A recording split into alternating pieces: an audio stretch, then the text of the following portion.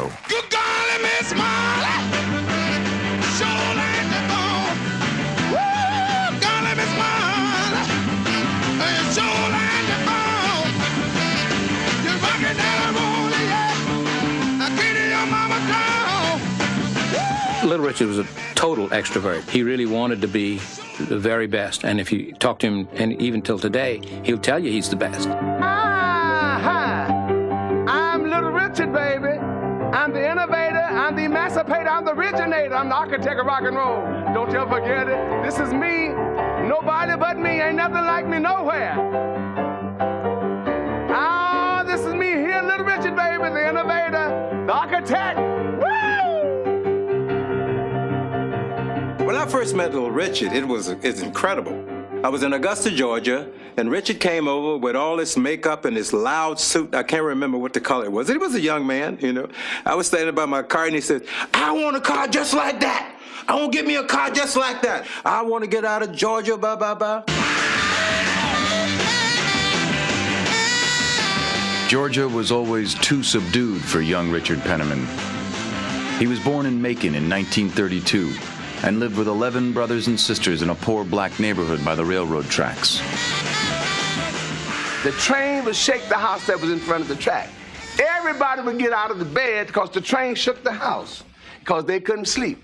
And the train would say, chaka, chaka, chaka, chaka, chaka, chaka, chaka, chaka, chaka, chaka, chaka.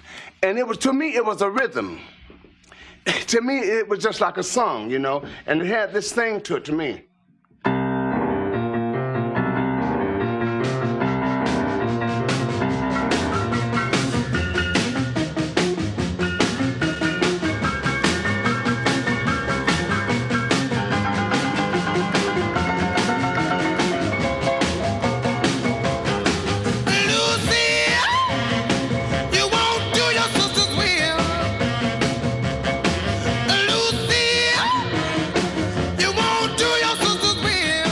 Memories of the railroad helped shape Little Richard's music.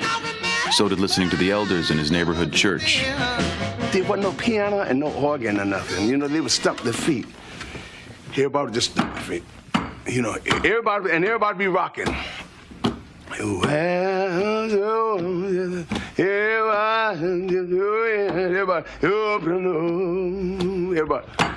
No music. Everybody. I'm bossy. You know, and merely to save my soul. You know, everybody, you know, that was that old thing. And now, wasn't no piano beating and wasn't no organ playing. It was just people's old folks stumping their feet and moaning and groaning.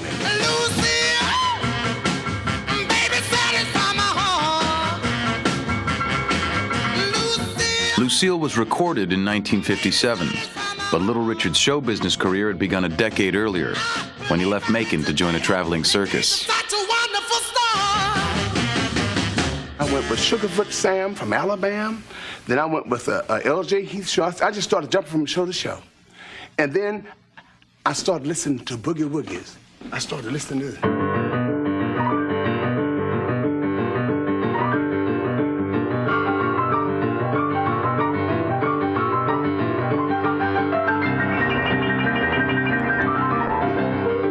Got off a little bit there, but that's it.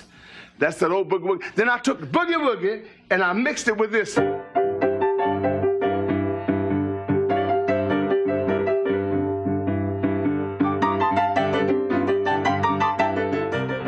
Ladies and gentlemen, good evening. I'm glad to be here. I hope you are singing. So, Miss Saru, you're now finna hear Little Richard and his upsetters. All right, boys, get baby upsetters.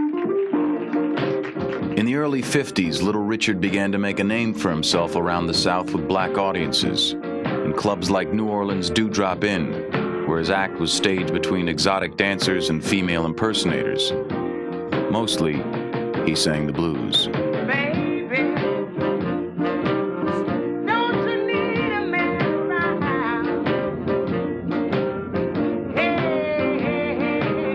Then in September 1955, at the suggestion of Lloyd Price, an independent company called Specialty Records brought Little Richard to New Orleans to record in Cosmo Matassa's studio. We had finished the session in the studio, And they wanted me to sound like Ray Charles and B.B. King. But I was tired of that. You know, being young and a teenager, I wanted to sound different. Me and the young kids, we was tired of all that slow music. We wanted the boogie. You know, same as when rap music came in today, the kids got tired of what's going on. They wanted something different. They wanted something from their generation. You know, so what I did, I started singing Tutti Frutti loud as I can. Wop, bop-a-loom, bop-a-lop, bam, boom, woo, just screaming. And people say, oh, he's going crazy. Tutti Frutti, oh, Rudy. Tutti Frutti, oh, Rudy. Tutti Frutti, oh, Rudy. Tutti Frutti, oh, Rudy. Tutti Frutti, oh, Rudy. Wop, bop-a-loom, bop.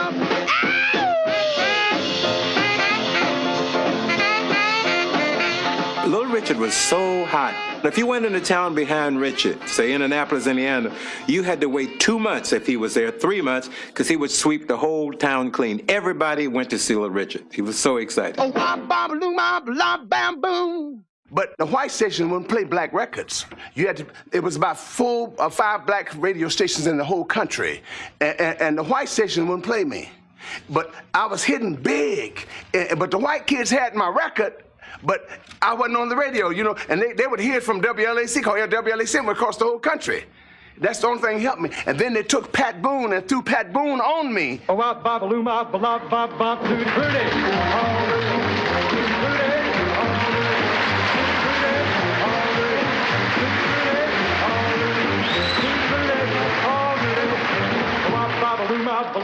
It wasn't something that was done in the beginning when it was rhythm and blues, because it was supposed to be not nice music at all. So you didn't have white artists doing black music. It wasn't acceptable. But when it crossed over to the white audience, and it was a song that did well with blacks and some whites, they said, well, hey, this is a good vehicle. We'll make even more money.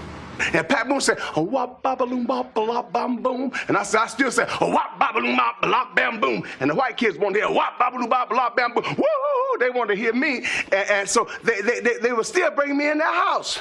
And they didn't want their mama to know I was in the house. So they put Pat Boone on top of the bed and they put me in the drawer. But I was still in the same house. Oh, wop, bop-a-loom, bop-a-lop, bam, boom.